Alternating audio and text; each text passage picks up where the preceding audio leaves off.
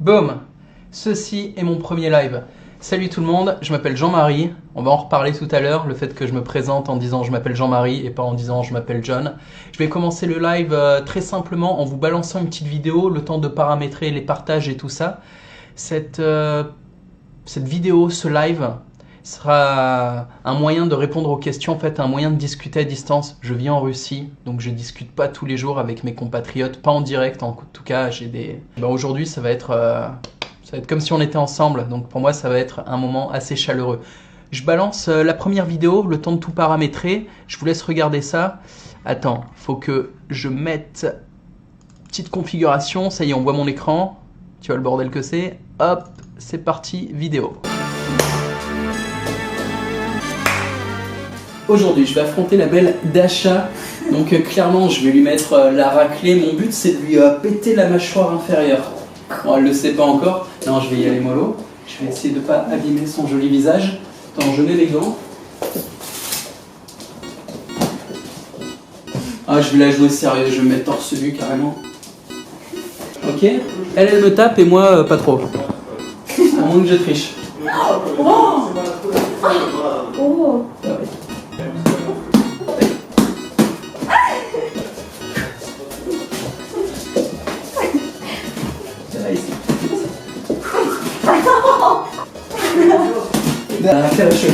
Еще.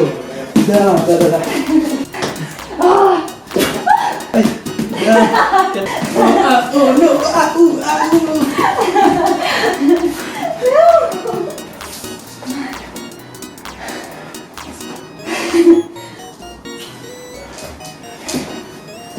Bon, elle a presque gagné. Hein? Mais il va y avoir une revanche dans ma chambre. Ok les gars, je vous reprends. Alors, petite config. Ça y est, je suis de retour. Un petit peu de technique. Je me remets sur mon live histoire de voir ce qui se passe, de voir vos messages. Encore 3 secondes et je suis bon. Et ça y est, je suis bon. Je vous présente les copains, les Russes. Attends, je remonte un peu la caméra, qu'on les voit. Je vous présente la belle Anna, une copine russe. Elle a la peau très douce, c'est tout ce que je peux vous dire. Et Servio, mon pote russe, un prof de Qigong. Salut les gars. Et Timojej Gavalit, bisous la France. Говорить не можешь. Говорить не можешь по-французи. Что ты знаешь по-французи? Ничего. О, я буду учить тебя. Да? Да. Ok, спасибо. Bonne soirée. Ok, c'était les potes russes qui vous passent le bonjour de Russie. Histoire de casser un peu ce cliché gauchiste, comme quoi en Russie, il y a des rustres, des gens violents, des alcooliques. Tu rigoles, hein. Il y a des femmes super éduquées, des mecs... lui, c'est un gars à la fois super intelligent, super physique. Il fait des conférences sur l'intelligence artificielle et en même temps, il est passionné de médecine chinoise. Il donne des cours de Qigong dans la salle à côté. Et avec les nanas, il se débrouille pas trop mal, c'est mon meilleur élève, c'est même devenu mon associé en business. Et c'est mon associé aussi dans les massages érotiques. J'en ai pas encore trop parlé pour l'instant sur Facebook, mais je donne des massages érotiques aux femmes. En gros, je me fais payer par des femmes pour les satisfaire. On appelle ça massage érotique et pas prostitution, parce que ça serait offensant en fait pour la clientèle féminine de les reléguer au rang de clientes. De prostituées, donc ça serait moi la prostituée. Je me vois plutôt comme une geisha mais version virile. J'en parlerai plus tard, c'est pas le sujet de la vidéo. Là je viens de vous montrer une vidéo de boxe, j'espère que ça vous a plu. Et oh putain, ça y est, je vois vos commentaires, ça fait plaisir. Vive la Russie, bien sûr, vive la Russie. Dra Russia, vive la Russie, vive la France. Petite vidéo de boxe, je vais vous parler de boxe. En gros, je reviens de mon entraînement de boxe.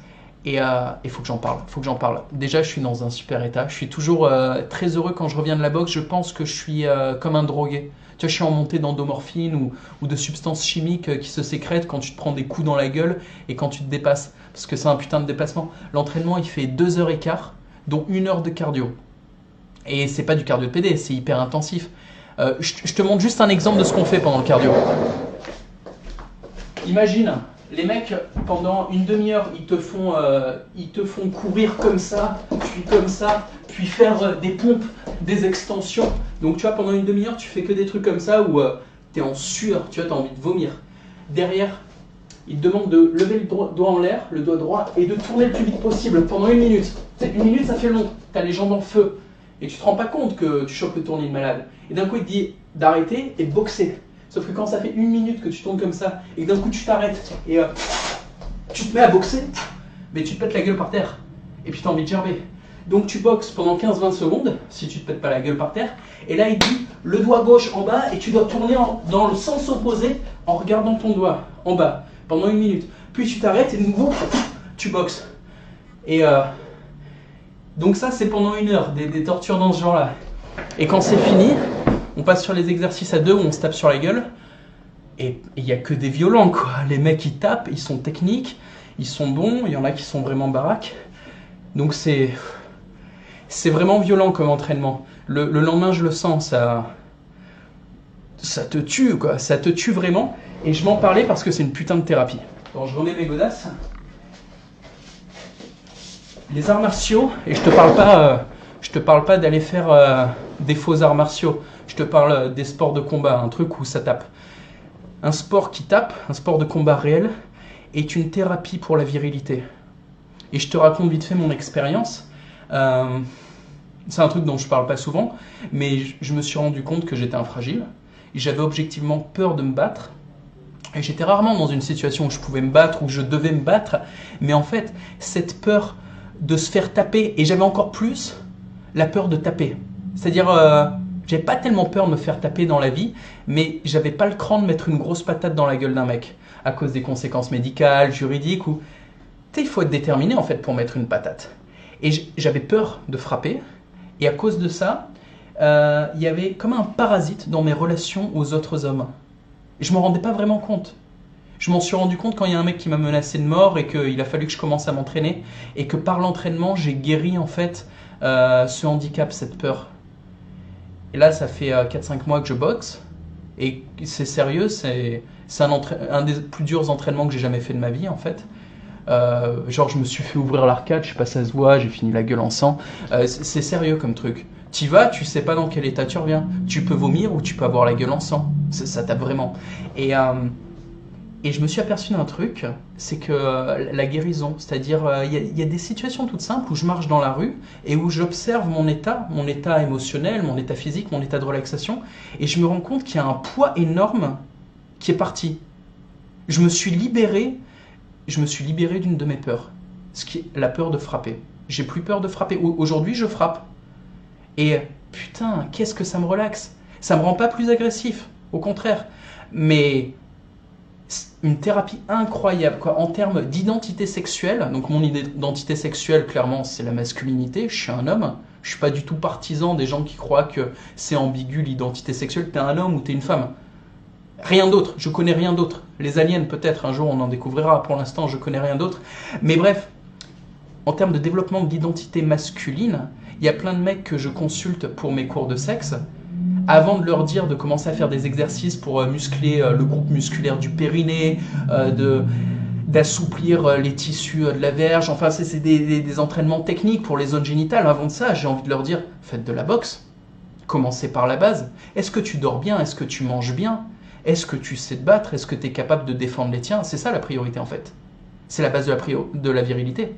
Un mec qui est confiant en lui-même, qui n'a pas peur de se battre, dans son rapport aux autres, il sera vachement plus détendu. Et quand il y aura une petite relation conflictuelle de tension, au lieu d'avoir une attitude de trahison envers lui-même, parce qu'il veut esquiver le combat ou parce qu'il veut esquiver le conflit, le mec qui n'a pas peur de se battre, il va être honnête avec lui-même. Donc il va être un meilleur homme. Il aura plus de liberté, d'espace pour être un homme bienveillant. Parce qu'il sera libéré de cette peur. Donc voilà, c'était juste un mot pour la boxe. Ceux qui font pas de sport de combat et qui prônent la virilité, mettez-vous un sport de combat. C'est la base. Ceux qui sont directs dans l'idée, faut s'armer, faut prendre des armes et tout ça, c'est bien. Mais la base, c'est de mettre un coup de poing. Si t'es pas foutu de mettre un coup de poing dans la gueule d'un mec, comment tu pourras lui mettre un coup de bâton? Comment tu pourras lui mettre un coup de matraque télescopique? Comment tu pourras le flinguer? Et bon, bientôt il y a la guerre civile en France, vous êtes au courant. Vous serez là dans 1 an, 2 ans dans une situation où il va falloir physiquement vous confronter à l'ennemi pour défendre les vôtres. Si vous n'êtes pas capable de foutre un coup de poing, vous ne serez pas capable de tirer sur les mecs, sur les vagues d'assaillants, quoi. Donc je vous le dis, mettez-vous un sport de combat. Si c'est pas le cas, si vous faites pas de la boxe, boxe thaï, boxe anglaise ou de la lutte, un truc réaliste, quoi. Mettez-vous tout de suite à ça. Donc voilà, c'était mon introduction. Je voulais vous parler de la boxe. Je vois Olivier Strebel qui direct signale ce live. Ok, donc je viens d'être signalé par Olivier. Ça fait plaisir. Non, c'est un pote Olivier, ça fait plaisir. Le petit humour entre nations. Alors, dans l'introduction de la vidéo, j'ai dit un truc qui pourra surprendre certaines personnes. J'ai pas dit salut, je m'appelle John. J'ai dit salut, je m'appelle Jean-Marie. Parce que ça m'a cassé les couilles ce nom de John. C'est pas mon nom en fait. C'était mon nom d'artiste. Je vais vous raconter un peu d'où ça vient. Mais mon vrai prénom, mon prénom de baptême, le prénom que m'a donné ma mère, c'est Jean-Marie. Et c'est un prénom que je voulais pas renier, tu vois. J'avais pas un problème avec Jean-Marie. J'ai par exemple énormément de respect pour Jean-Marie Le Pen. Quand j'étais gamin à l'école, tout le monde se foutait de ma gueule et disait Jean-Marie Le Pen, tu vois, parce que je m'appelais Jean-Marie, et quand la maîtresse disait mon nom, tout le monde disait Jean-Marie Le Pen. Et à cause du fait qu'il est diabolisé, tu vois, ce nom avait mauvaise réputation, mais je m'en battais les couilles, tu vois, je sais même pas qui c'était, ça me touchait pas. Non, c'est juste que quand j'ai commencé mon boulot d'artiste de rue, j'ai voyagé à l'international, je suis parti en Australie, j'ai vraiment commencé en Australie, et là-bas, quand je disais My name is Jean-Marie, ça marchait pas du tout, les gens disaient Jean-Marie, ils arrivaient pas à le dire. Donc j'ai fait, non, mais c'est simple, You can call me John. John, tu vois, c'est le nom le plus simple. Et en rue, il faut pas faire compliqué. Tu vois, c'est déjà compliqué de survivre. Donc si tu compliques encore les choses à sortir un nom genre Jean-Marie, ça marche pas, quoi. Donc pendant des années, je me suis fait appeler John juste parce que tout le monde m'appelait John. Tu vois, c'était mon nom de business, mon nom de spectacle. Et en Russie, ils arrivent pas à dire John. Tu vois, encore une fois, la Russie m'a sauvé. C'est grâce à la Russie que je me suis mis à la boxe, parce que c'est ici qu'il y a un gars qui voulait me buter. Donc merci à ce gars, parce qu'il m'a réveillé. Non, mais ça réveille. Un gars qui veut te faire la peau et qui sait où t'habites, ça réveille. Quand t'es un flippé, quand t'es un fragile, putain, c'est ça qu'il te faut.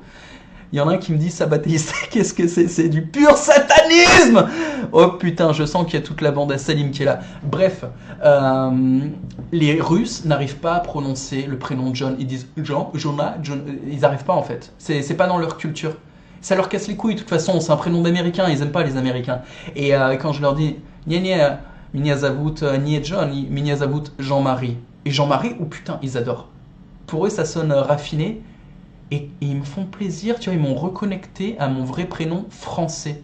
Jean-Marie est un prénom français, catholique, chrétien. Je suis issu d'une famille catholique. Jean, c'est le meilleur ami de Jésus. Marie, c'est la mère de Jésus.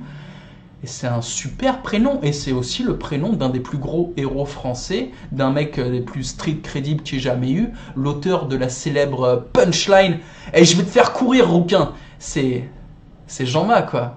Donc j'ai la chance de porter le même prénom que lui, je vais pas m'en cacher. À partir de maintenant, toutes mes vidéos commenceront par ma présentation, ce qui est « Bonjour, je m'appelle Jean-Marie, je suis français ».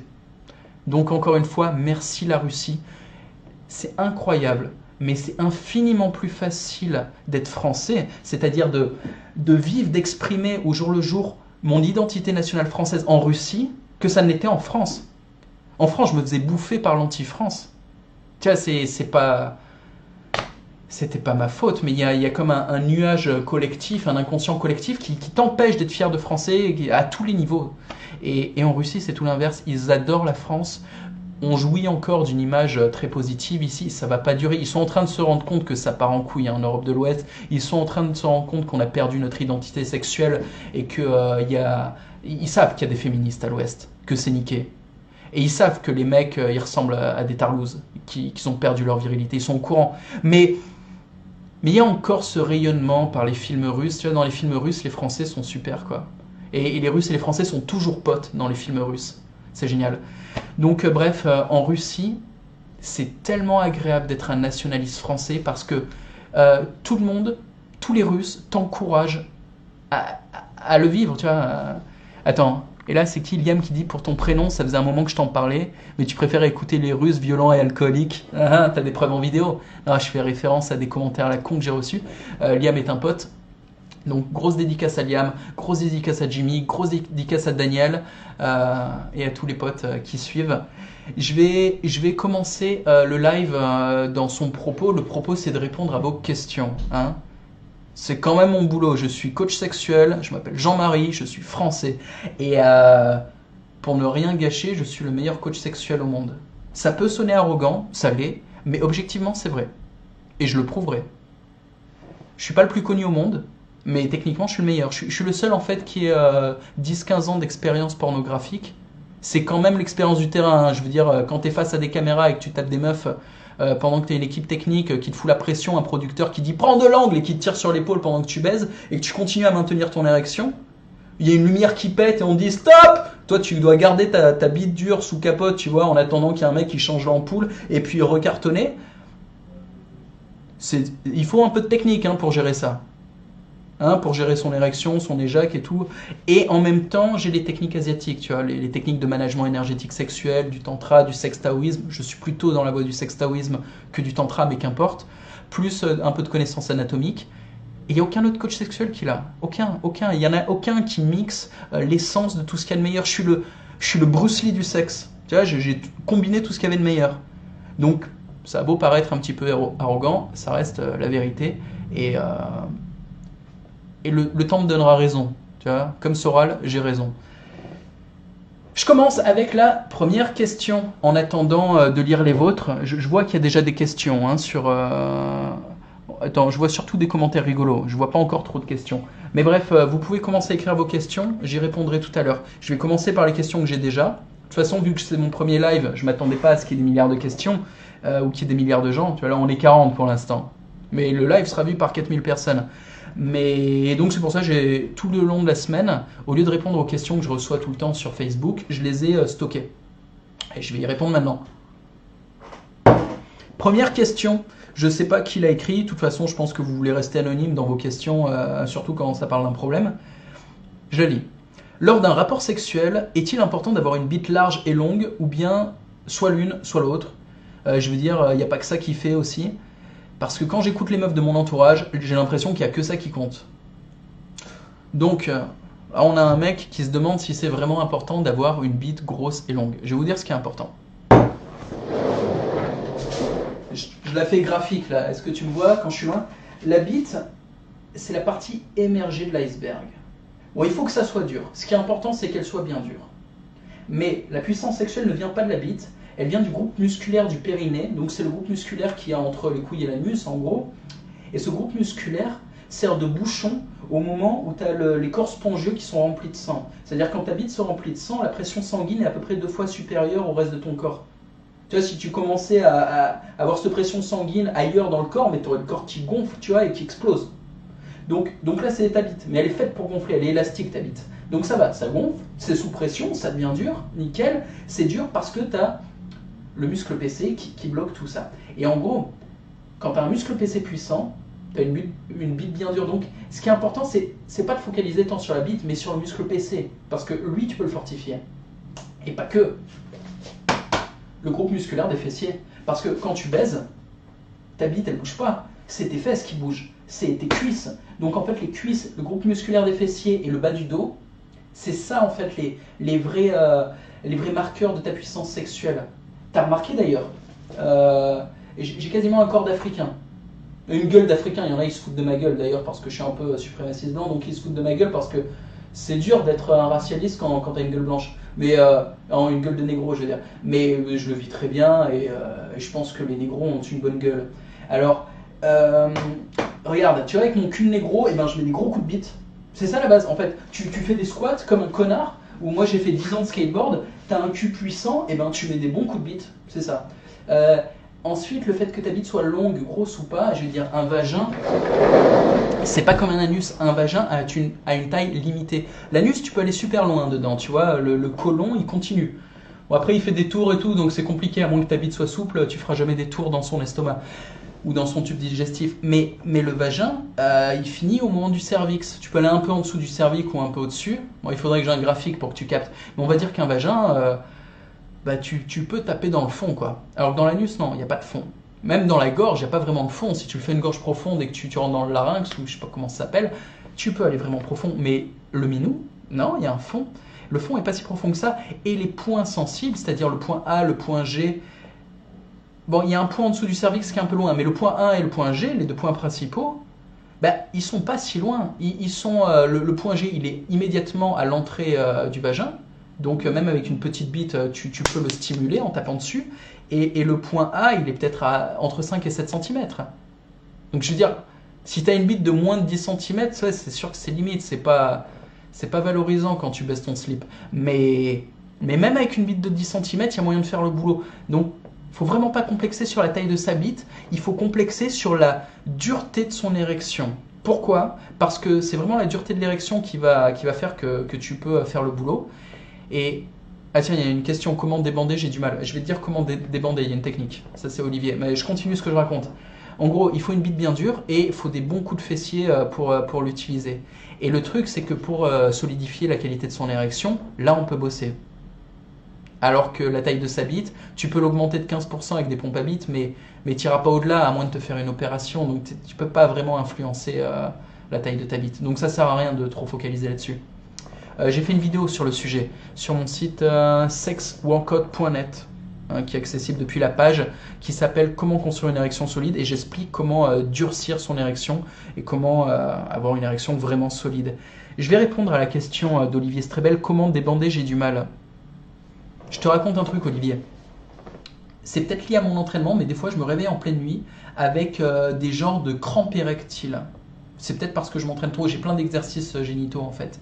Une crampe érectile, c'est quoi? Ce que j'appelle une crampe érectile. Je me réveille en plein milieu de la nuit avec le barreau et la sensation que ça fait des heures que je bande. Tu sais, je dors, je sais même pas quoi je pense, mais je bande comme un âne. Et je me réveille avec la sensation d'avoir mal au cul.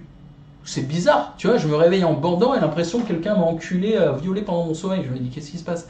Et en fait, non. C'est quoi? C'est le muscle PC qui, depuis des heures, bosse pour maintenir le sang dans la bite, pour rien, je sais pas pourquoi il fait ça, et qui commence à être fatigué, à être douloureux.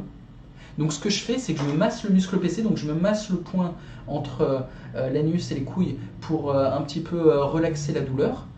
Et pour débander volontairement, ce que je fais, c'est des contractions du muscle PC. Donc pendant les contractions du muscle PC, la bite se relève, tu vois, elle fait comme Tarzan. Et tu contractes à fond, puis tu relâches. Et au bout d'une vingtaine de contractations, naturellement, ta bite va débander et à la fin, elle fera plus que ça. Donc c'est une technique pour débander volontairement, quand tu as une sorte de crampe érectile, on va dire. Mais sinon, quand tu as des érections spontanées comme ça, à la plage, à la piscine, ou dans une situation où c'est pas tellement socialement accepté de bander, là je dirais que c'est plutôt le contrôle du système nerveux qui entre en jeu, ou la relaxation en général. En même temps, c'est paradoxal parce que l'érection vient d'une relaxation, c'est-à-dire quand tu relaxes les corps spongieux, il y a un afflux sanguin qui se fait. Et au contraire, la tension, les corps spongieux tendus, empêche l'érection. Donc tu vois, une relaxation amène à une bite dure. C'est marrant, hein, tu vois, la dureté dans la relaxation. Mais bon, et c'est une belle image, hein, parce que la puissance sexuelle naît de la capacité à se relaxer dans l'acte sexuel. Ce qui est un peu vrai pour le combat. C'est-à-dire qu'un bon combattant est extrêmement relax. Un bon boxeur, tu sais, il n'est pas tendu, hein, il est hyper fluide, il est hyper relax, et d'un coup, bah, il peut envoyer... Tiens, là je viens de mettre un jab, un gauche sur un moustique, et je l'ai niqué direct. Bref, la relaxation est une des clés de la puissance sexuelle. Et c'est un petit peu la clé de maîtrise de n'importe quel domaine, en fait. N'importe quel expert qui est en train de pratiquer son art donne un sentiment d'aisance. Pourquoi? Parce qu'il est relaxé dans son geste technique. C'est là où tu vois le geste du maître. C'est un geste clean, sans parasite, tu vois, il n'y a pas d'effort inutile, et il y a une grande relaxation dans le geste. Je vais passer à la nouvelle question. Je veux gratter son numéro à ma boulangère, mais je veux pas la draguer sur son lieu de travail et l'attendre à la sortie de son boulot, ça risque de l'effrayer. Un conseil pour un camarade, à part me faire pousser une paire de couilles. Alors, comment baiser sa boulangère? Parce que c'est ça l'objectif, hein, apparemment. C'est un mec à qui j'ai répondu et qui a fait ce que j'ai dit. Donc déjà... Big up frérot, respect pour avoir fait ce que je t'ai conseillé de faire, ce que je lui conseille de faire, c'est de donner sa carte de visite à la boulangère, de trouver un prétexte, n'importe quoi. Il faut quand même un truc pour connecter, il faut une raison. Tu peux pas lui donner ta carte de visite et rester silencieux genre, c'est bizarre, elle va pas comprendre. Non, faut lui dire quelque chose. Le mieux c'est de gérer ses émotions. L'important c'est qu'au moment où tu entres en contact avec une nana, quelque part on s'en branle de ce que tu vas dire. Ce qui compte pour elle, c'est comment elle va se sentir. Les nanas, elles intellectualisent pas, elles sentent. Il faut jamais demander à une nana à quoi tu penses quand on est dans une démarche de séduction ou une démarche amoureuse. On s'en fout de savoir à quoi elle pense. Il faut lui demander comment tu te sens. C'est important, il faut focaliser sur les sensations qu'elle peut avoir, en fait les émotions qu'elle peut avoir. Je monte la poitrine parce que les émotions c'est dans la poitrine. Et bref, l'idée c'est que quand le mec qui va faire sa tentative auprès de la boulangère, qui va lui donner une carte de visite, qui va lui dire quelque chose d'un peu osé, et ben à ce moment-là, il faut qu'il émane quelque chose d'agréable. Il faut que lui-même se sente bien pour pouvoir transmettre cette sensation d'aisance, donc de bonne humeur. On s'en fout en gros de ce qu'il va dire. Il faut juste que voilà, il vienne sans avoir peur du rejet. Donc même si elle dit non, il faut que lui garde sa bonne émotion parce que sinon, il sera coupable de lui avoir amené sa merde. Elle a rien demandé la nana, elle est juste en train de faire son boulot. Donc si tu viens, que tu es stressé et que tu lui files ton numéro, que tu lui demandes son numéro mais que tu es stressé, en fait tu lui files ta merde. Et elle n'a pas mérité ta merde. Donc même si elle te rejette, il faut rester cool. Il faut être détaché en fait. Aller vers la boulangère ou vers la femme en lui proposant le meilleur, en lui demandant tout ce qu'elle a, c'est-à-dire on peut carrément... Enfin, quand je lui dis... J'ai pas de limite, moi, quand je demande aux nanas... je leur demande de venir chez moi directement, quand je les rencontre. Donc, je leur file ma carte de visite et je leur dis, j'aimerais te rencontrer et je vais t'inviter chez moi et je vais te masser ou je vais faire de la boxe avec toi ou je leur propose un truc. Il y a toujours un prétexte. Évidemment, il faut un prétexte. C'est le jeu social. Je vais cuisiner pour toi. Je suis français, je sais cuisiner. Donc, il y a toujours un prétexte. J'attends le meilleur d'elles-mêmes. Et le meilleur d'elles-mêmes, c'est du lourd. C'est-à-dire, quand elles viennent chez moi alors qu'elles ne me connaissent pas, bah, c'est quand même une situation risquée. Elles n'ont aucune information de chez moi. Elles débarquent dans mon appart et ça arrive, hein. 2-3 fois par semaine, j'ai des nanas qui débarquent chez moi. C'est pas que des nouvelles, mais j'ai quasiment... Si, depuis que je fais les massages, j'ai 1 ou 2 nouvelles nanas par semaine. Mais bon, j'ai un statut de masseur, donc c'est autre chose. Mais avant, on va dire que j'avais 2-3 nanas que je connaissais pas par mois qui débarquaient chez moi, sans me connaître, et à qui je faisais l'amour. Donc c'est une prise de risque énorme pour elles. Donc pour qu'elles acceptent de prendre ce risque, il faut vraiment que je vienne avec des bonnes émotions. Et il faut que j'accepte aussi qu'elles refusent. Parce que c'est une prise de risque énorme, et si elles n'ont pas assez d'intuition pour sentir que je suis un mec bien, elles vont refuser. Et c'est pas leur faute, c'est pas ma faute, c'est comme ça. Donc j'ai dit au mec, donne ta carte de visite à ta boulangère, sors-lui n'importe quoi, mais sors-lui ça de bonne humeur, et peut-être qu'elle répondra. Je sais pas si elle a répondu, mais en tout cas, il a eu les couilles de lui filer sa carte de visite avec son numéro, de lui dire un mot sympa, et de tenir une position de mec à peu près confortable. Donc il a fait le boulot, et je le félicite. Petit break pour boire mon jus. Alors, qu'est-ce que c'est que ce jus ? Je vais faire une grosse dédicace à Thierry Casanova. Dans ce jus, que j'ai fait avec mon extracteur de jus, et une dédicace aussi à mon pote qui m'a conseillé de faire ça. Putain, je sais jamais comment il s'appelle parce que c'est Fabrice, mais il a un autre nom par mail. Bon, dédicace à Fabrice, c'est lui qui m'a poussé à boire des jus. Là-dedans, il y a de la carotte, il y a du concombre, il y a de l'ail, et d'habitude, il y a du gingembre, une grosse pièce de gingembre, mais là, j'ai oublié de la mettre. Ça fait l'effet d'un café. Sans les effets secondaires, parce que le café, tu vois, tu montes, mais derrière, il y a une grosse redescente. C'est de la merde, le café. C'est très bon au goût, j'adore. J'adore le café, vraiment. Mais d'un point de vue santé, ça te casse. Après la montée, il y a une descente qui est plus importante que la montée. Et puis au niveau sexuel, c'est pas tellement bon pour la circulation sanguine. Et l'érection est quand même le résultat d'une circulation sanguine. Donc moi, je peux pas me permettre de faire quoi que ce soit qui nique ma puissance sexuelle. Donc le café, j'y renonce, hein, plus ou moins. Et à la place, je bois ça qui fait à peu près le même effet. C'est puissant, hein. Quand tu mets 2 gousses d'ail plus un gros bout de gingembre, déjà ça t'arrache la gueule, c'est puissant, c'est super bon le jus de carotte. Ah, j'ai mis une tomate aussi avec. Et pas que ça, j'ai plein de mecs à qui je fais confiance, qui sont des références sportives. Donc des mecs avec un gros niveau de perf sportive, hein, des mecs genre Pascal Mancini ou Fabrice, là il a un niveau de compétiteur en bodybuilding. C'est des mecs qui boivent des jus, qui ont vachement écouté Thierry Casanova. Moi je l'ai pas trop écouté encore, je vais m'y mettre. Mais j'ai trop de mecs qui sont crédibles, qui m'ont dit un bien énorme de Casanova. Donc à partir de là, je suis obligé de le respecter, même si je connais pas encore vraiment son discours. Je sais qu'il prône les jus et qu'il est à fond sur la santé. Mais voilà, donc je me suis mis au jus il y a 2 semaines et ça cartonne et j'ai envie de dire à tout le monde, mettez-vous au jus. C'est super bon. Je vais commencer les questions. Non, je réponds un petit peu, je regarde un peu vos messages pour interagir quand même. Alors, il y a Rudy Ronxin qui me dit « La dissidence dans sa pire expression, lamentable et faiblard ». Et on a du troll quoi, Rudy Ronxin, tiens, je vais aller sur sa page, je vais voir la gueule du mec. et je vais un peu me foutre de sa gueule. Putain, le mec a l'air d'un chrétien, il est pote avec tous mes potes nationaux, donc c'est un copain. C'est incroyable ça, la médisance au sein des nôtres. Le mec est de mon équipe, tu vois, il devrait être dans la compassion, dans le soutien, et on se connaît pas, hein. Le gars, je lui ai jamais parlé, je regarde si on est potes, on est probablement pas potes sur Facebook. Le gars, non, on n'est pas potes, il a tellement rien à foutre de sa vie, qu'il vient sur mon live, on n'est pas potes, donc pour qu'il trouve mon live, il faut vraiment qu'il aille le chercher, j'imagine le niveau, tu vois, de misère sexuelle et affective du gars, tu vois, pour avoir le temps de faire ça. Moi, jamais j'aurais le temps d'aller voir la page d'un mec que je connais pas, pour aller en dire du mal, ou même du bien, en fait. Et sachant que ce mec est censé... Je suis son coéquipier, je veux dire, s'il y a une guerre civile en France, que j'étais en France, j'y suis pas, mais on serait dans la même équipe, tu vois, on se battrait du même côté, quoi. Et quand même, il vient m'attaquer, il y a quand même un malaise, hein. Et c'est comme les féministes. Le féminisme a même bouffé le cerveau des nationalistes françaises. Tu vois, les Françaises qui sont contre le féminisme à mort, qu'elles le veuillent ou non, sont sous influence féministe. Et c'est dur à leur montrer, à leur faire accepter qu'elles doivent elles aussi guérir du féminisme. Même des gars, des nanas qui postent des trucs antiféministes tout le temps, qui, sur un discours rationnel et cohérent, sont antiféministes, mais n'ont pas réalisé qu'elles ont plein de comportements féministes. Elles vivent dans cet environnement, donc elles sont niquées. C'est comme moi quand je vivais en France. J'étais un fragile, honnêtement, j'étais un fragile. Il a fallu que ma femme elle fasse un travail énorme sur moi pour m'apprendre la galanterie, parce que j'étais pas courtois, j'étais pas galant. Donc aujourd'hui, j'ai des vraies attitudes de gentleman que j'avais pas. J'avais pas du tout, c'est ma femme qui m'a appris. Là, c'est la boxe qui m'apprend un petit peu à me battre. Et au fur et à mesure, tu vois, et peut-être qu'un jour, je finirai dans l'armée russe, au moment où ça sera la guerre mondiale et qu'il faudra se battre contre l'Empire.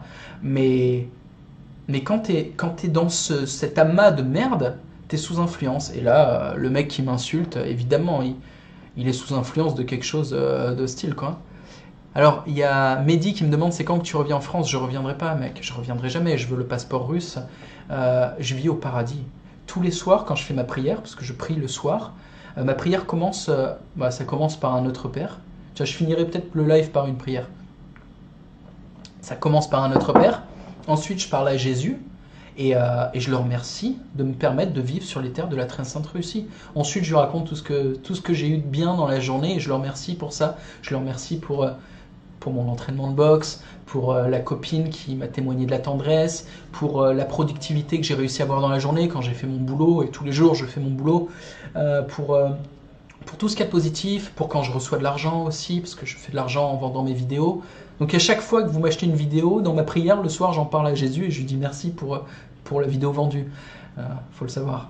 Et je finis la prière encore en lui disant bien et merci de me permettre de vivre sur les terres de la très sainte mère Russie. C'est le plus important pour moi.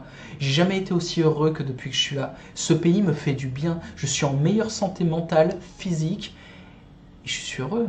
Je suis heureux, c'est tout. Et ici, je trouve mon identité nationale et sexuelle bien plus que je ne l'ai jamais trouvée en France.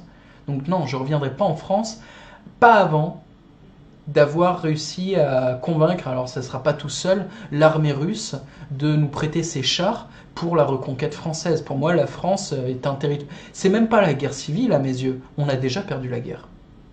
Et il n'y a pas eu de guerre, on a déjà perdu en fait. Et je ne veux pas revenir sur un territoire occupé, je me sens mal, je veux revenir avec des chars russes, et quitte à ce que la France soit un territoire annexé par la Russie, ça m'irait très bien. Connaissant les Russes, ça m'irait très bien, parce qu'ils respectent infiniment plus la culture et les traditions et l'identité nationale française que les Français ne la respectent eux-mêmes. La France indexée par la Russie, elle ressemblerait à la douce France, en fait, la France dont on rêve tous. Donc à ce moment-là, ouais, avec l'armée russe, je reviens en France, pas de souci. Brian qui me dit grâce à toi, j'ai boosté ma puissance sexuelle, mec, ça fait plaisir, putain. Brian, je sais plus ce que j'ai fait avec toi. J'ai quand même, je reçois pas mal de mecs en consultation et je vends beaucoup de vidéos tous les jours. Donc je sais pas tout. Je me souviens pas ce que j'ai fait avec toi. De toute façon, je vais pas te divulguer je garde la confidentialité. Et je continue sur les questions suivantes. J'espère que le live vous plaît. Je passe un bon moment avec vous. Les messages me font marrer. Je les lis pas tous, mais ça me fait marrer. Alors, nouveau message. Salut l'ami, tout d'abord merci pour ton travail, je croyais avoir un problème avec le cul tellement c'était un point important dans mon existence. Mais non, t'as pas un problème. Le centre énergétique principal de l'homme, c'est sa bite. Donc évidemment qu'on focalise sur nos histoires de cul, c'est important. Il n'y a rien de plus important. La bouffe, la baise, c'est la base pour un homme. Je l'assumais pas et tu as participé par ton travail à mieux me comprendre moi-même et accepter le truc et à la tourner à mon avantage et à celui de mes partenaires. Bah ouais. Comme le hasard n'existe pas, j'ai rencontré une femme qui me complète, je suis content pour toi, et dont la conception du sexe est la même que moi. Ah, t'es tombé sur une nymphomane, je sais ce que c'est. C'est comme gagner au loto en fait. Alors du coup on s'éclate comme des malades évidemment et on a l'impression d'être des ados, on baisse toute la journée dans tous les coins et dans toutes les positions. C'est en gros quand on n'est pas en train de bosser, on devrait être en train de baiser, s'occuper de sa famille. Dans une vie paradisiaque tu vois. Un régal, son sang russe, il est avec une russe le gars, il est sans doute pour quelque chose. Je te cache pas que c'est effectivement ton hypothèse me paraît crédible. Ouais. Donc t'es avec une russe, bien joué. On teste plein de trucs et je lui ai lancé comme challenge de devenir la meilleure gorge profonde qui soit. C'est un challenge qui me paraît cohérent. Alors, mais elle galère un peu. Je lui ai parlé de toi et tout le bien que je pense de ton approche. Bah, c'est normal, je suis le plus grand sex coach du monde. Alors, elle m'a demandé que je t'écrive pour te demander si tu n'avais pas des tuyaux à lui donner pour la gorge profonde. Tuyau, gorge profonde, il fait de l'humour. Ah! Alors, voilà, je sais, je vais pas te prendre le chou. Je sais que c'est ton job et que c'est légitime de facturer tes honoraires. Donc, effectivement, tu m'envoies par message personnel, je te mettrai l'adresse PayPal pour envoyer ton pognon et t'es le bienvenu. Il y a Sergio qui revient. Non, je suis. I'm not available anymore. No, it's Too loud?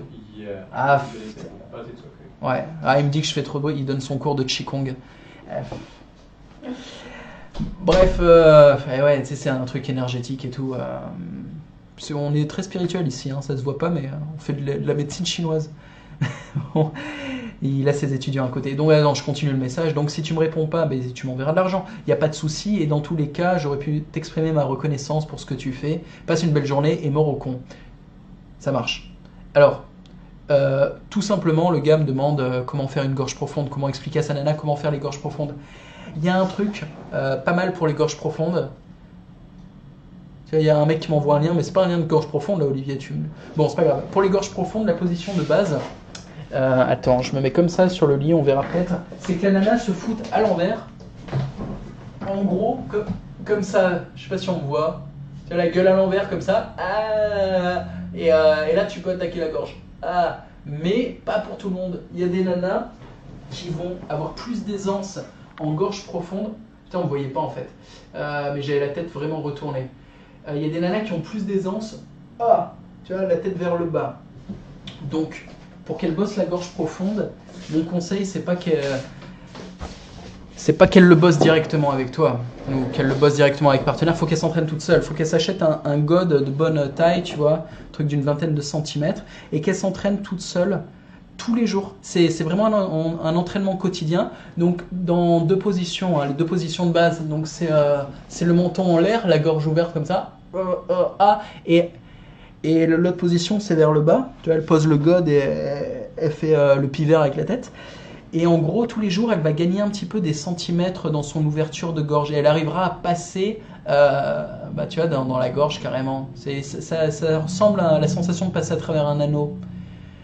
Et ça se bosse, quoi. Hein. Il faut juste qu'elle s'entraîne. Je suis pas un expert en gorge profonde, donc j'ai jamais enseigné ça. C'est ma femme qui donne les cours de fellation aux autres femmes. Hein, moi, j'ai jamais sucé une bite de ma vie, donc je suis pas expert, évidemment. Mais en discutant avec les autres femmes du sujet, avec des spécialistes, là-bas, c'est ça. C'est un entraînement où tous les jours, tu gagnes des centimètres en t'entraînant avec un god. C'est un peu comme l'entraînement anal avec une femme. C'est-à-dire que si ta copine, elle a du mal avec le sexe anal, qu'elle a pas de plaisir, ou qu'elle a l'anus trop contracté, qu'elle a mal, évidemment, à chaque fois que tu la baises, tu peux jouer avec son cul, mais la marge de progrès sera très lente et très faible. Il faudra qu'elle s'entraîne toute seule, en fait. Il faut que tu lui donnes des sextoys. J'en parle dans une vidéo sur Sex Workout X qui s'appelle Initiation anale. Je montre les sextoys que je fournis à ma partenaire et je lui donne des devoirs.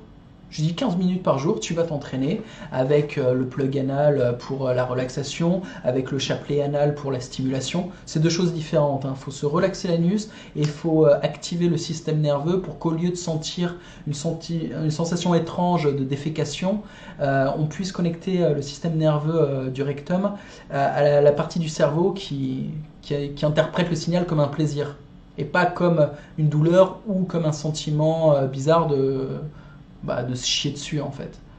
Donc voilà, pour la gorge profonde c'est pareil, faut s'entraîner pour avoir le plaisir pour la femme, donc c'est un entraînement du système nerveux et l'ouverture, donc l'expérience quoi, l'expérience et puis l'assiduité dans l'entraînement, s'entraîner tous les jours, hein, c'est l'important. Ouais, petit coup de pub, attention, j'ai préparé un truc, je vous montre, je suis assez fier, ce que je vais vous montrer c'est le résultat d'1 an et demi de travail, c'est pas de la merde. Je vous présente, les gars, tenez-vous prêts, le pack. Le pack, c'est quoi? C'est toutes mes vidéos sexe ou en coque. Donc, c'est mes vidéos de coaching. Ce ne sont pas les démonstrations sexuelles. Là, c'est les vidéos où je suis seul à l'écran et où je parle vraiment technique.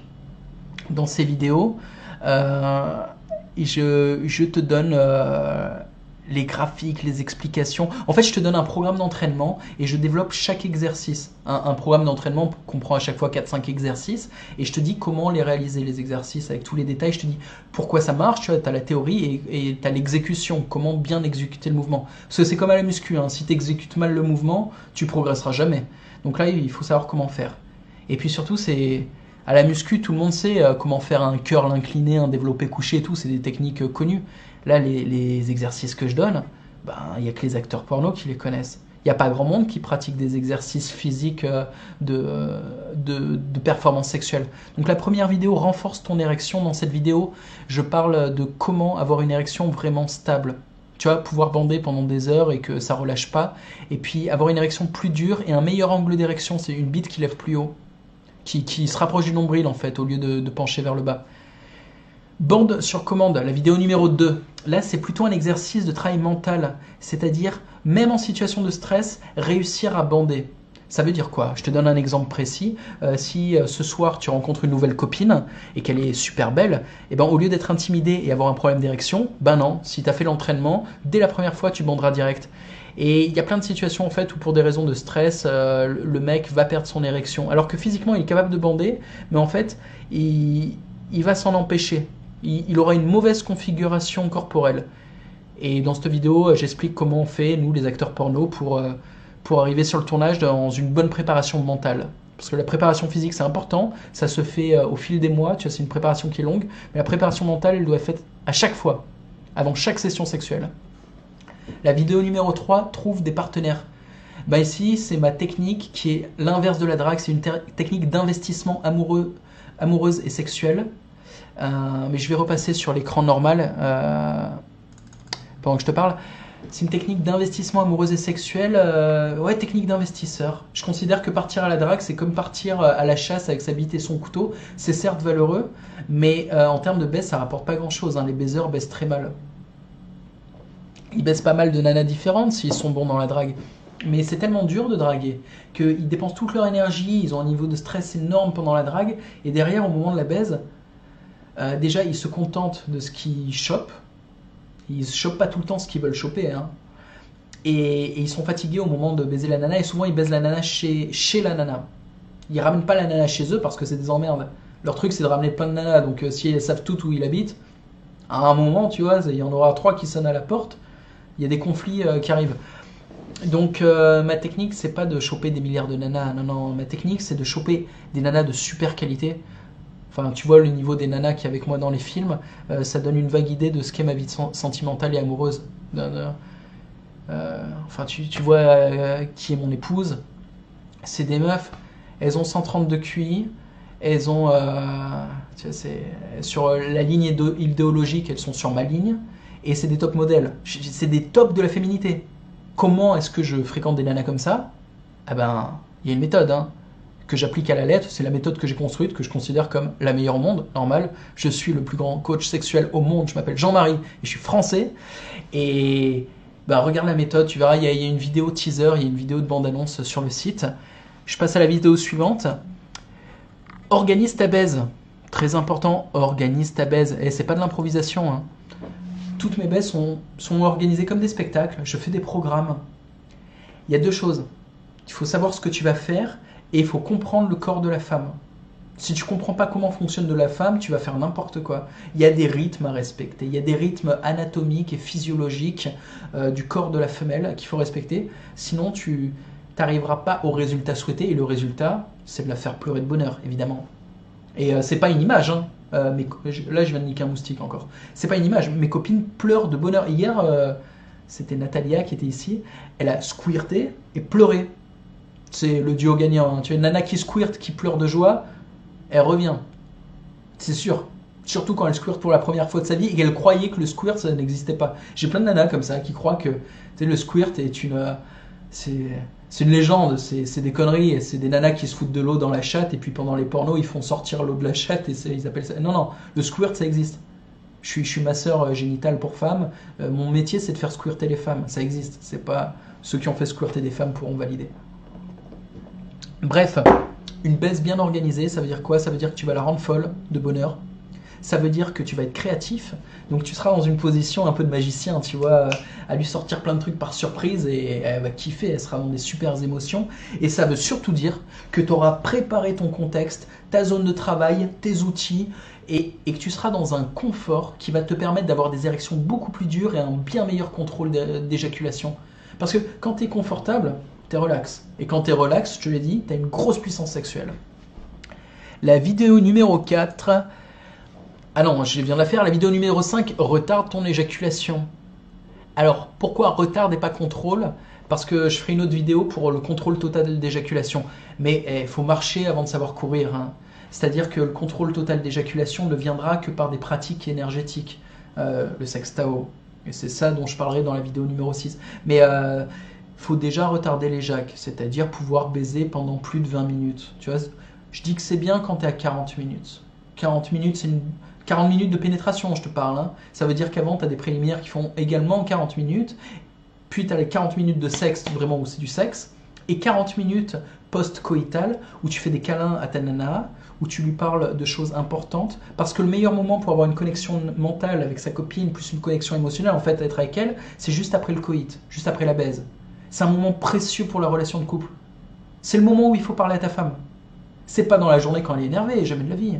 Non, tu la baises à fond, tu vois. Tu la fais chialer, tu la fais te griffer, tu la retournes, tu lui bousilles son maquillage, sa coiffure et tout. Et là, quand elle en peut plus, là, elle est prête à discuter. Et là, vous dites des choses importantes et il n'y a plus de conneries. Il n'y a plus de parasites mentaux, tu vois. Il n'y a plus d'irritation, on est relax, on parle bien. Et pourquoi je racontais ça? Parce que pour atteindre ce niveau-là, c'est sûr qu'il ne faut pas éjaculer en 3 minutes. C'est une certitude. Et dans cette vidéo, je donne carrément 6 exercices qui sont vraiment pragmatiques, hein. C'est des exercices qui viennent du monde du porno. C'est physique, c'est des trucs, ça marche, hein. Et c'est que des exercices bons pour la santé. C'est pas des saloperies de pilules, parce que tu as le Viagra pour bander, mais tu as aussi des pilules pour contrôler les jacs. Ouais, tu contrôles les jacs, mais avec ces putains de pilules, déjà tu te fous de la chimie dans le corps et tu te bousilles, et tu perds de la sensibilité, c'est une évidence. De toute façon, toute la chimie en général te transforme en zombie, te fait perdre de la sensibilité. Perdre de la sensibilité, ça veut dire quoi? C'est-à-dire que ton système nerveux il fonctionne moins bien. Et c'est hyper important, hein, le système nerveux. Quand tu as un système nerveux que tu amoindris volontairement, mais tu te tues. Il faut jamais faire ça. Donc, tous mes exercices, tous, tout le temps, sont pointés vers la conscience et la santé. Et ça m'amène à un truc. Ça m'amène à ce conflit que j'ai avec tous les traditionalistes qui me disent c'est de la perversion, tu fais du sexe, tu fais de la pornographie, nanana. Et les gars sont des ignorants totaux, ils savent même pas ce que je fais. Ils n'ont aucune idée de mon niveau de connaissance et ils ont surtout aucune idée de mon intention. Où est-ce que je vais? Il faut analyser mon travail, il faut voir les vidéos que je produis. Je vais vers la conscience et vers la santé. C'est simple, pour avoir de la puissance sexuelle, c'est-à-dire avoir une zone génitale qui va bien, il faut une bonne connexion entre l'ordinateur de bord, tu vois, le cerveau qui contrôle tout le système nerveux, et la zone génitale. Réfléchis, la zone génitale, c'est le dernier organe du corps. Il est tout en bas de la chaîne. Avant ça, tu as tout.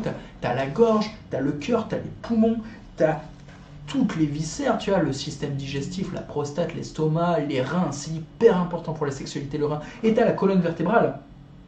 S'il y a la moindre merde, Si tu as le moindre organe qui chie, si tu as un pincement dans la colonne et que tu as les nerfs, tu vois, qui sont coincés et que ça ne marche pas bien, le signal, parce que tu envoies un signal à ta bite, tu vois, pour lui dire de bander, et puis ta bite, elle envoie un signal dans ton cerveau pour dire « Oh, c'est agréable ».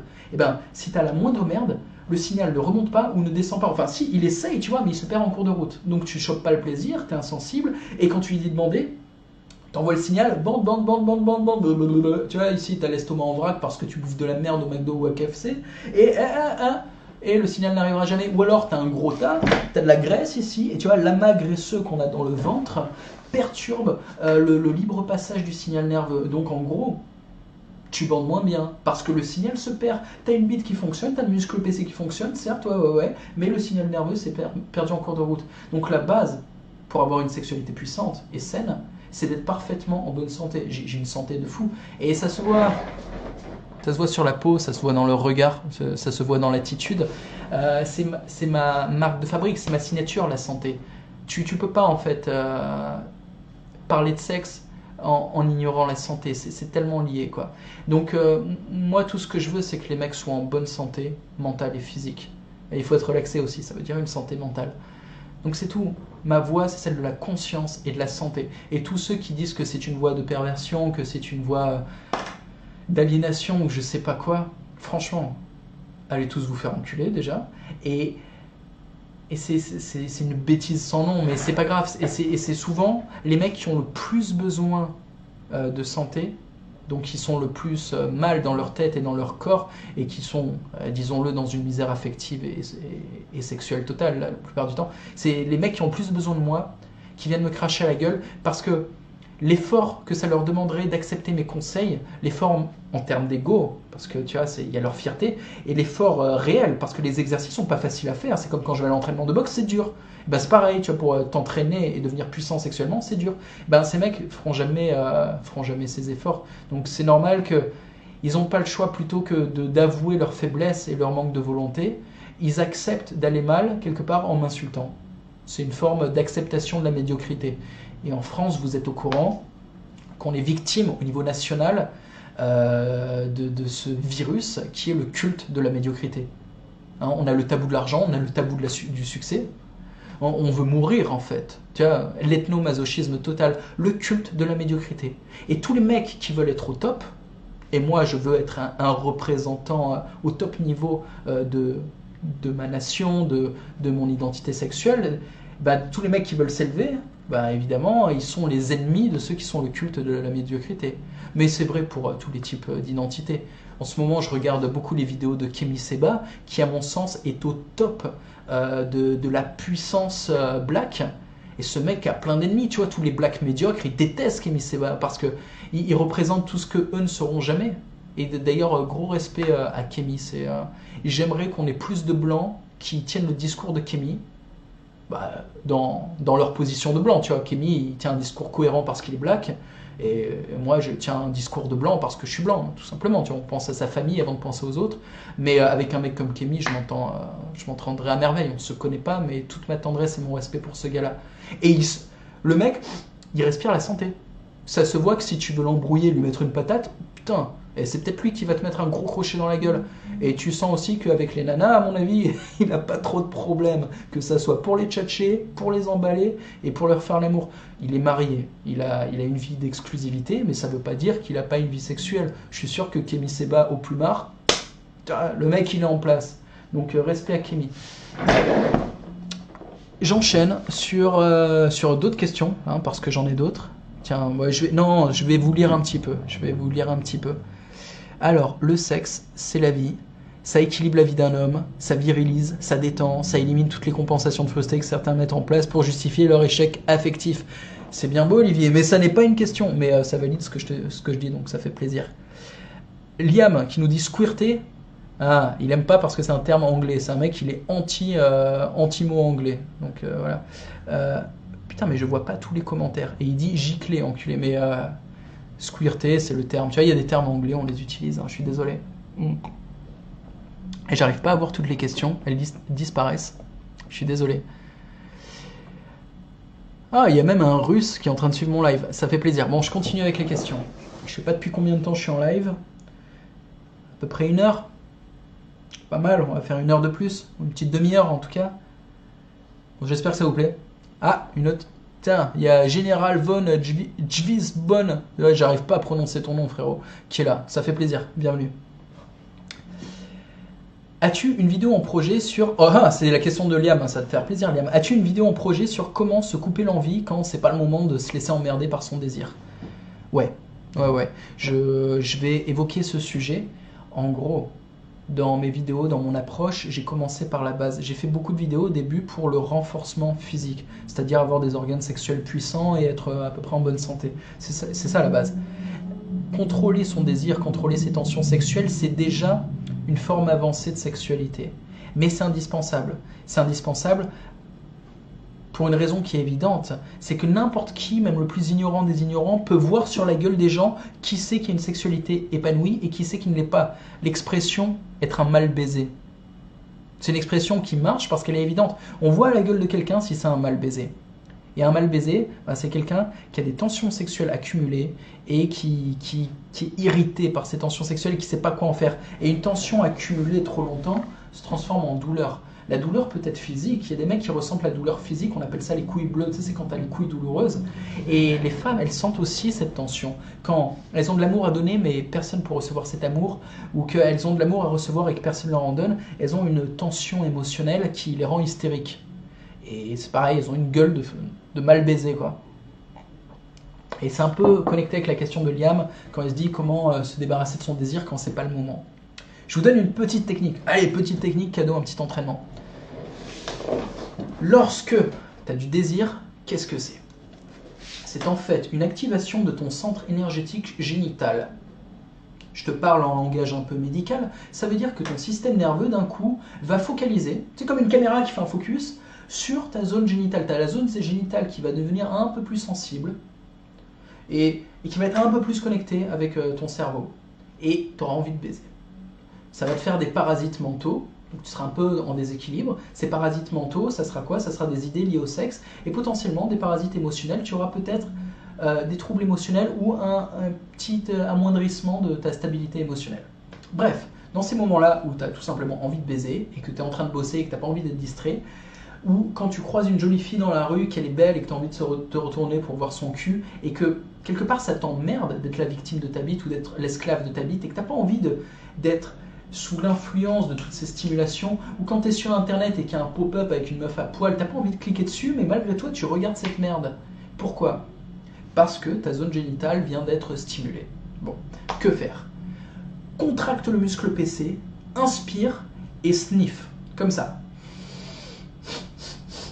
J'appelle ça sniffer ses couilles. Ça a l'air d'une blague, c'en est pas une.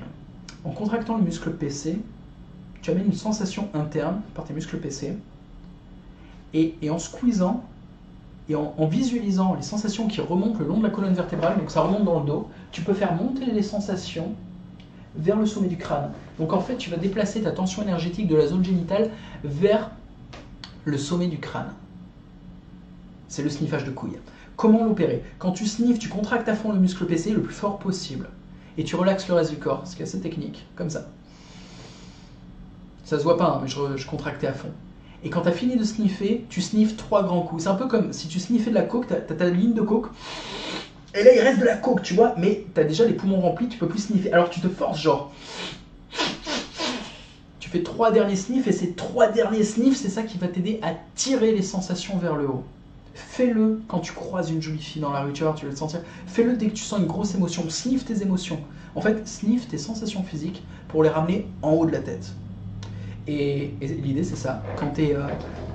Quand t'es perturbé par ton désir à un moment où c'est pas le moment, je te conseille de sniffer tes tensions sexuelles. Et c'est une vraie base de management énergétique. Évidemment, c'est un exercice de dépannage, parce qu'une fois que tes tensions sont accumulées dans la tête, ça peut déclencher des mal de crâne. Normalement, il faut faire redescendre les tensions dans le ventre, et pour ça, on fait la méditation micro-orbitale. Micro-orbitale parce que ça dessine un petit orbite, un petit cercle dans le corps. Et c'est ce que j'apprends en consultation Améga. Le but de mes cours sexuels, c'est au final d'apprendre la méditation Améga. Donc encore une fois, tu as tous les mecs qui me voient comme un pervers. Je suis un prof de méditation. J'utilise l'énergie sexuelle parce que c'est la principale énergie des hommes, c'est le plus utile, parce que j'ai une vraie passion pour le sexe également, je vais pas m'en cacher. Mais au final, j'apprends la méditation à des gars. Et d'ailleurs, quand c'est des religieux ou des mecs qui se prétendent religieux qui me font la guerre, les religieux, ils auraient bien besoin de techniques pour distribuer leurs tensions sexuelles ou pour se libérer des tensions sexuelles, parce que par la dévotion, par la prière ou par l'écriture, par en fait des exercices de grande concentration, on peut un peu se libérer des tensions sexuelles. Mais c'est regrettable que dans l'éducation religieuse, il n'y ait pas des exercices vraiment concrets pour aider tous les moines et puis tous les religieux à se libérer de ces tensions. Parce qu'on est humain, mécaniquement, on a les couilles qui se remplissent comme des ballons, tu vois. Notre corps est programmé pour générer des stocks de sperme, et avec ça, pour accumuler de l'énergie sexuelle dans la zone génitale. Et les pauvres, tu vois, ils peuvent pas s'en libérer, parce que pour eux, la masturbation, c'est pas vraiment une solution acceptable. Ils ont évidemment pas de partenaire, ils ont choisi le célibat. Et ils n'ont pas d'exercice pratique, genre de méditation, ou je sais pas comment, tu vois, des religieux appelleraient la méditation, ça a un côté un petit peu asiatique, la méditation.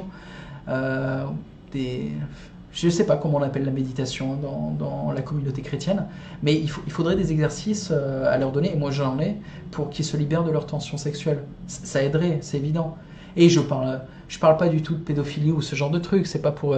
évidemment, ça aiderait à éviter ça, mais c'est juste en fait pour une question de bien-être, pour qu'ils se sentent bien, pour pas qu'ils soient en galère. C'est une douleur en fait, c'est une vraie douleur mentale et physique, ça remet en question même la foi, hein, quand la douleur est trop forte. Puis aussi ça, pour parler de pédophilie, il y a des fois, on m'a attaqué là-dessus. On m'a dit... c'est en conférence, une nana qui m'a attaqué, en associant le fait que je faisais du porno à la pédocriminalité, en sous-entendant que je faisais de la pornographie, donc j'étais l'allié des pédophiles. Il y a infiniment moins de pédophilie chez les professionnels de la pornographie, les professionnels du striptease, qu'il y en a dans les milieux religieux. C'est une évidence. Dans le milieu de la pornographie, les acteurs porno, j'ai jamais entendu une histoire d'acteurs porno qui se tapent des gamins. Leur boulot, c'est se taper des bombes à longueur de journée. Qu'est-ce qu'ils iraient se faire chier à se taper des gamins? Ça n'a aucun sens. Des stripteaseurs travaillent dans des boîtes de nuit. Il n'y a pas d'enfants dans les boîtes de nuit. Ils sont jamais au contact d'enfants, jamais. Stripteaseur pédophile, je n'ai jamais entendu une histoire de stripteaseur pédophile. Je suis dans le milieu depuis 15 ans, je n'ai jamais entendu une histoire de stripteaseur pédophile. Maintenant, si tu as des histoires liées aux religions, et toutes les religions, c'est énervant aussi qu'on parle tout le temps de la pédophilie chez les chrétiens, alors que apparemment il y en a beaucoup plus chez les musulmans, chez les juifs. Bon, je sais pas, tu vois, moi je suis pas religieux. Mais il y a infiniment plus de pédophilie chez les religieux que chez les professionnels du sexe. C'est une évidence, ça se comprend, ça se vérifie par les chiffres. Enfin, m'attaquer sur la pédophilie, c'est ridicule en fait. Ou attaquer tout professionnel du sexe sur cette question, c'est vraiment l'argument de ceux qui n'en ont pas. Donc, celle qui m'a sorti cet argument, si un jour elle entend, parce qu'elle regardera jamais mon live, si elle m'entend, bah, j'espère qu'elle m'entendra, parce que c'était bien de la merde. Alors, salut John, je suis aide-soignant, une nouvelle question, hein. Je suis aide-soignant, je bosse qu'avec des nanas, comment niquer mes collègues? Mais que c'est élégant comme question. Bon, c'est pas très élégant comme façon de la formuler, mais c'est assez pragmatique, et t'es aide-soignant, t'as des collègues qui sont des femmes, t'es déjà dans un bon contexte, félicitations. Est-ce que tu es dans une bonne position sociale? Peut-être. Tu serais dans une meilleure position sociale si tu étais carrément docteur, chirurgien ou le chef de l'hôpital. Tu vois, là, tu peux recevoir... Allô, ouais, c'est Sophie, la petite infirmière, viens dans mon bureau. Tu vois, là déjà, tu es dans une position, c'est plus à l'aise. Ouais, Sophie, mets-toi à quatre pattes, on va discuter de ton contrat. Et là, tu es au top. Mais la base, c'est déjà, si tu veux rencontrer des femmes, c'est sûr que c'est bien de vivre avec des femmes, que ça soit au boulot ou dans tes activités artistiques, ludiques, tes activités de loisirs. Tu vois. Il faut qu'il y ait des femmes dans ta vie, sinon tu n'en rencontreras jamais, c'est une évidence. Il y a des mecs qui m'appellent, ouais John, je comprends pas, ça fait 2 ans, j'ai pas touché une femme. Ok mec, il y a des femmes dans ta vie? Ah bah non. Tu sais, il me raconte sa journée, le gars, sa journée typique, il n'y a pas une femme. Il travaille avec des hommes, il a des loisirs avec des hommes, dans sa famille avec des hommes, et ses potes ont que des potes mecs. Il s'étonne de ne pas rencontrer de femmes. Il n'y a pas de femmes, tu n'en rencontreras jamais. Hein. Donc là, le mec, il bosse avec des femmes, c'est déjà une bonne base. Une fois que tu bosses avec des femmes, il faut une position qui te permette d'interagir naturellement avec elles, que tu puisses leur parler, sympathiser sans qu'elles se demandent qu'est-ce qu'il me veut, ou alors qu'elles comprennent qu'en fait tu veux les baiser. Si tu bosses avec elles, normalement c'est normal que tu interagisses avec elles. Et ensuite, il faut encore faire la troisième étape qui est le passage à l'action, c'est-à-dire les inviter chez toi. Et dans la vidéo numéro 3, comment faire des rencontres, qui est sur mon site sexoencode.net, je t'explique en détail comment moi j'invite les femmes. J'ai une méthode qui est très carrée, on va dire. J'ai une façon d'inviter les femmes. Je ne vais pas développer la méthode maintenant, mais la logique de cette méthode, c'est qu'une femme acceptera si tu suscites son intérêt au-delà de sa peur. La femme aura toujours peur d'accepter ton invitation. Tu l'invites Tiens, je vois un mec qui me dit de la pédophilie dans le judaïsme antisémite. Ouais, non, mais apparemment, c'est même là où il y en a le plus. Alors, et le recueillement et la prière, pour les chrétiens. Mais voilà, le recueillement, c'est un truc un peu vague. Je reparle de comment se libérer des tensions sexuelles quand on est chrétien. Le recueillement, c'est bien beau, mais c'est pas assez pragmatique. Ils ont besoin d'un truc plus technique. C'est comme si tu veux apprendre à te battre, que tu fais du karaté pendant des années. Je suis désolé, le karaté, moi j'en ai fait pendant des années, et ça m'a pas appris à me battre. Tu crois, t'as l'illusion de savoir te battre parce que t'es avec d'autres gars qui font du karaté, mais si tu vas dans la rue, tu te fais défoncer. Alors qu'à la boxe anglaise, tu te fais défoncer pendant le cours, et quand tu vas dans la rue, peut-être toi qui défonces les autres au final. Donc le recueillement, moi je vois ça un peu comme de la branlette. Enfin, en fait, c'est pas un truc. Le recueillement, c'est du recueillement. C'est pas un exercice à proprement parler pour se libérer de la tension sexuelle. C'est en tout cas pas un exercice aussi efficace et puissant que les miens. Attends, je continue. De quoi je parlais? Putain, j'ai complètement oublié. Si je parlais. Ah oui, je parlais de ma méthode. Le principe de base de ma méthode pour que les femmes acceptent que je les invite à domicile. C'est en gros, t'as une équation qui va dans les deux sens. Je sais pas comment formuler le truc, mais d'un côté, elles ont peur. Elles ont peur de quoi? Du rejet social, de passer pour des salopes si elles acceptent l'invitation. Ou elles ont peur parce qu'elles te connaissent pas encore. Si t'es leur pote, c'est mort, t'es déjà dans la friend zone. Faut inviter des meufs que tu connais pas encore, c'est une évidence. Moi, je parle jamais aux meufs que je connais pas. En fait, si c'est mes amantes. Mais si des meufs, je les connais un peu trop, ça devient mes copines, c'est niqué, t'es dans la friend zone. Je préfère fréquenter des nouvelles nanas plutôt que d'essayer de me sortir de friend zone. Ça m'intéresse pas, c'est trop compliqué. Bref, la nana, tu la connais pas, donc évidemment, c'est une prise de risque pour elle de venir chez toi. Elle flippe, elle sait pas, t'es peut-être un taré, elle va peut-être finir dans un sac poubelle. Donc, pour qu'elle se batte, tu vois, qu'elle ait pas peur de passer pour une salope et qu'elle ait pas peur de se faire sonner, faut vraiment que tu aies suscité son intérêt à mort. Par le mystère, par le charisme, par les surprises. En fait, il faut que dans le moment où tu vas lui donner l'invitation, tu lui donnes tellement des bonnes émotions, tu vas faire se sentir tellement bien, tu vois, qu'elle va perdre la raison. C'est un peu comme un acte de vente irraisonné, un acte de vente compulsif. Et elle va faire un truc pas raisonnable, elle va accepter ton invitation. Et pour ça, j'ai des méthodes. C'est pas évident, c'est des méthodes de stimulation émotionnelle. C'est un peu théâtral. Et ça marche. Et puis, il y en a un qui me dit des infirmières, gaffe avec le sexe entre collègues, des gars ont vu leur carrière ruinée par du flirt métamorphosé juridiquement en harcèlement. C'est vrai qu'on vit dans un pays assez procédurier. Enfin, moi ça va. Dans mon métier, je peux me permettre des rapprochements entre collègues.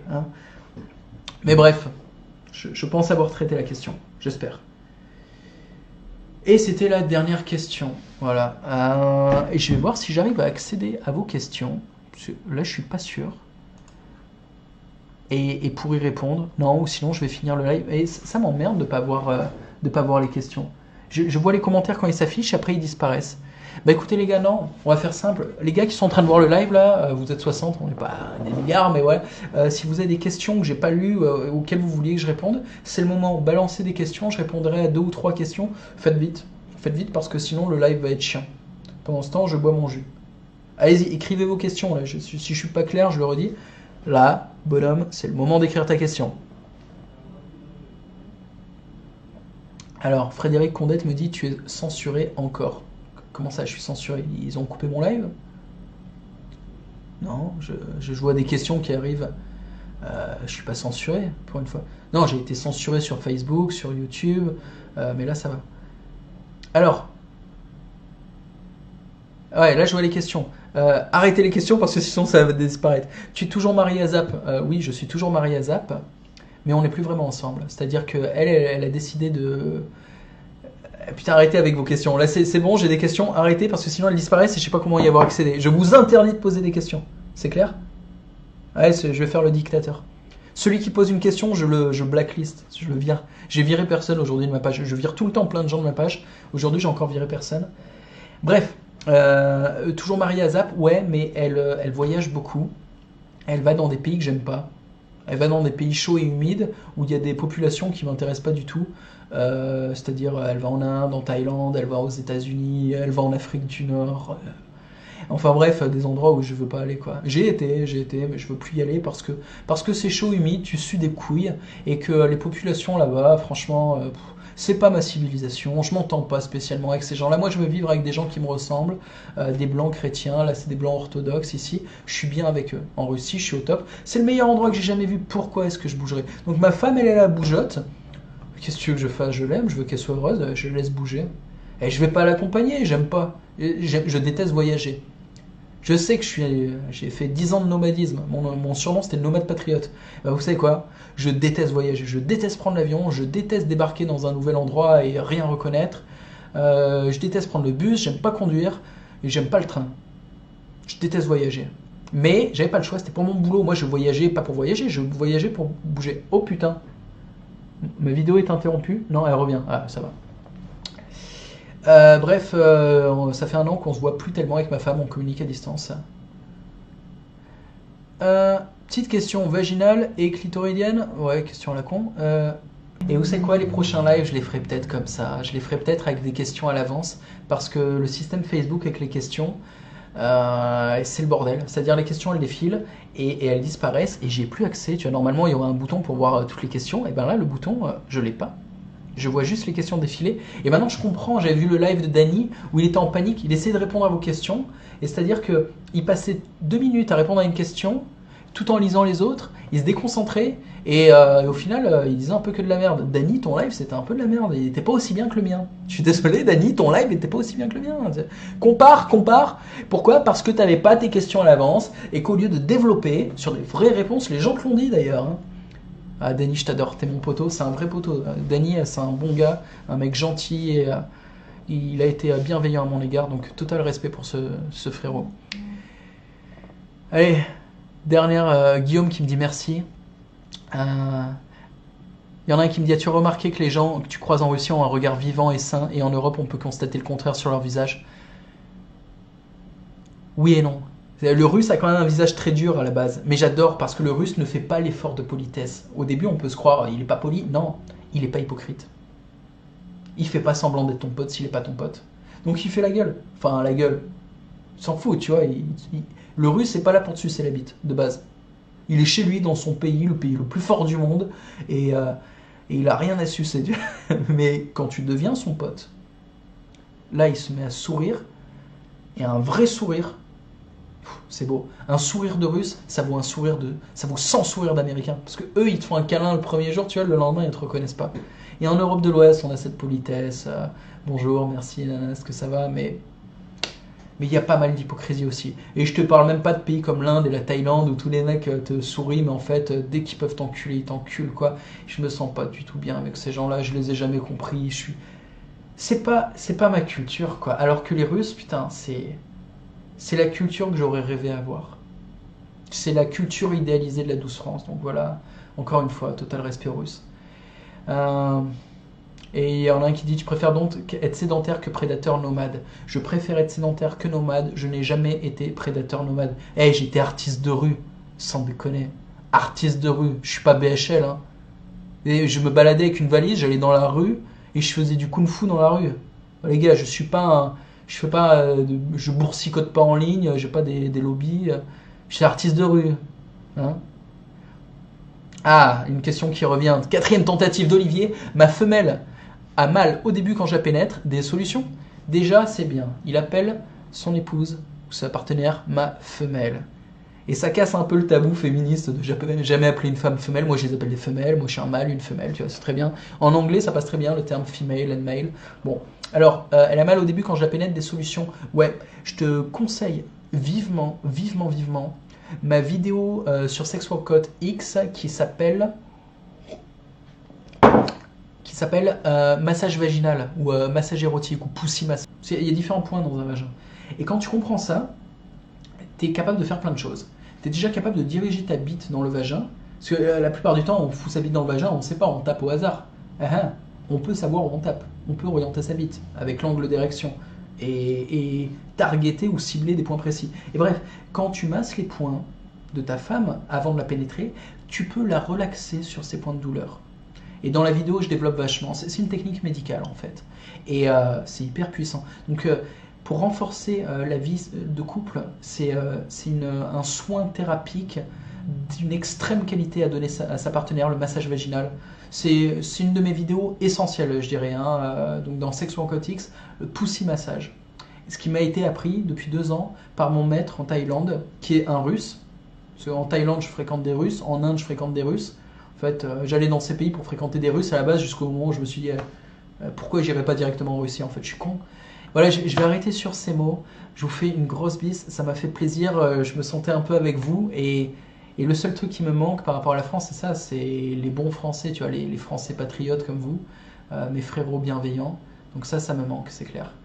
Mais je commence à avoir l'opportunité de vous voir, parce que j'organise un camp de vacances, je fais la pub au mois de mars, camp de vacances à Elbrus en Russie, où je prends 10 mecs français.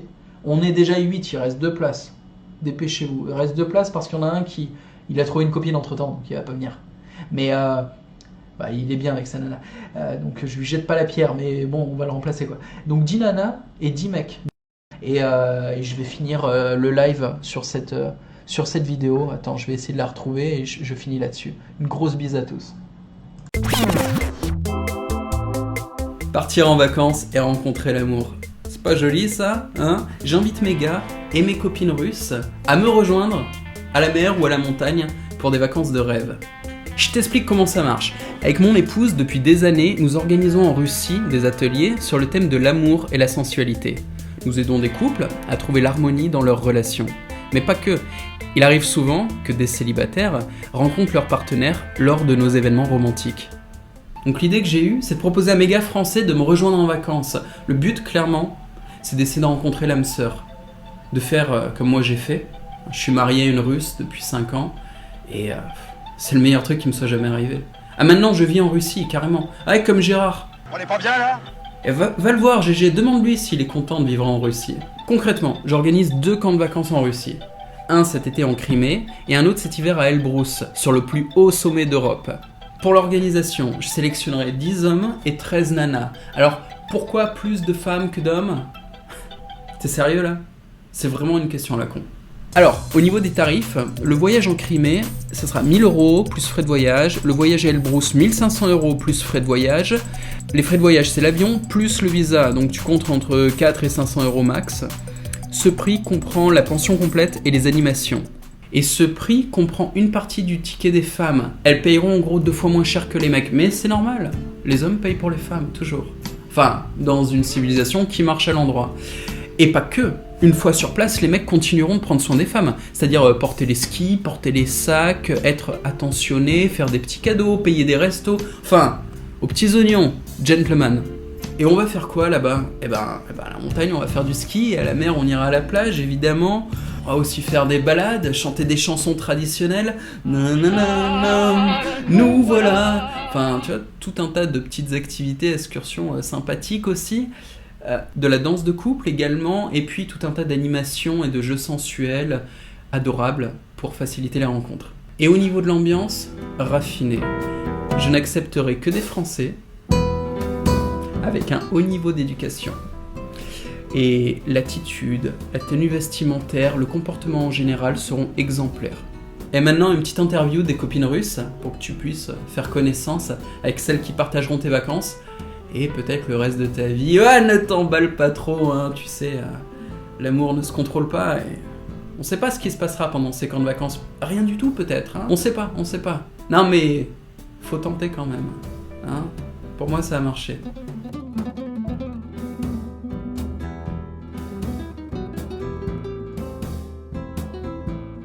Что ты думаешь о французских мужчинах? Они прекрасны. They are beautiful. Yeah. Мне очень нравится Франция, да.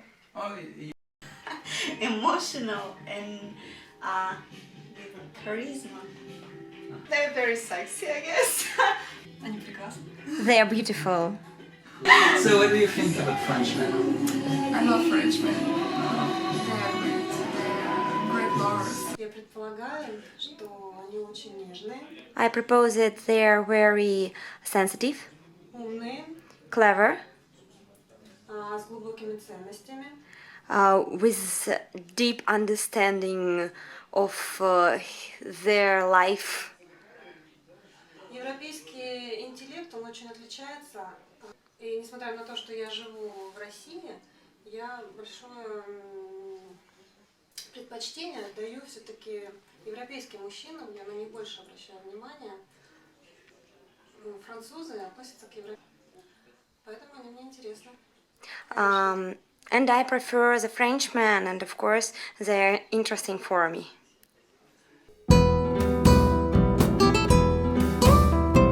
Что-нибудь о Франции ты знаешь? Да, я знаю. Yes, I know. Знакома с французской архитектурой. Культуролог.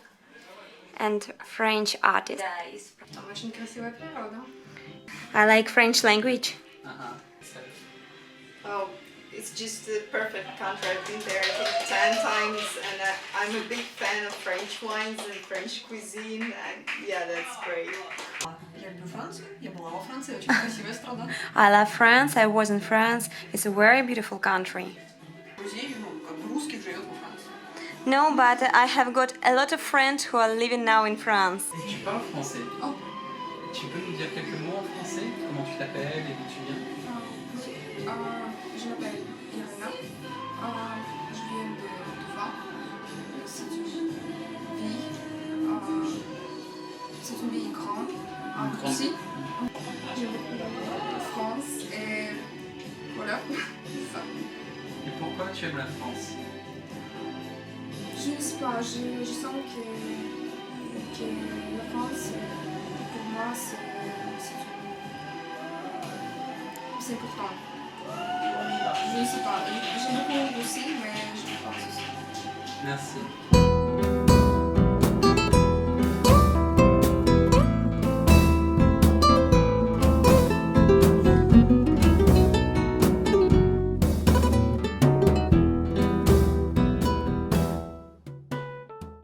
Hop, et voilà, c'est fini pour le live. Merci d'être resté jusqu'au bout pour ceux qui sont restés jusqu'au bout. Attends, et voilà. Ouais, merci à ceux qui sont restés jusqu'au bout. Putain, on dirait que j'ai du rouge à lèvres. C'est parce que j'ai bu mon jus de carotte. Un coup à passer pour une tarlouse, ça.